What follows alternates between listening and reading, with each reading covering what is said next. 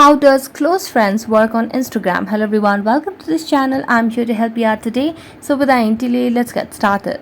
Now, first of all, launch the Instagram application on your device over here and make sure that you're logged into your account on Instagram application. As you're logged into your account, tap on your profile at the bottom right corner of the screen and then simply tap on the hamburger icon at the top right corner.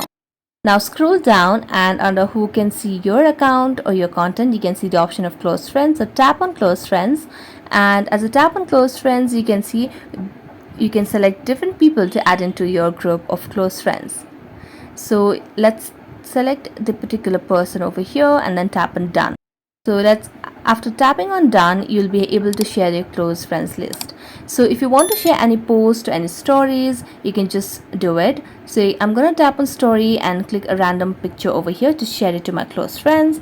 So let's click a random picture over here. And here you have two options to add on to your story, so which will be visible by everyone. Then next is to tap on close friends, and this will be shared only to people that you have selected. So let's tap on close friends and you'll be done sharing your content to the close friends that you have selected. So that's it. Thank you so much for watching this video. See you next time.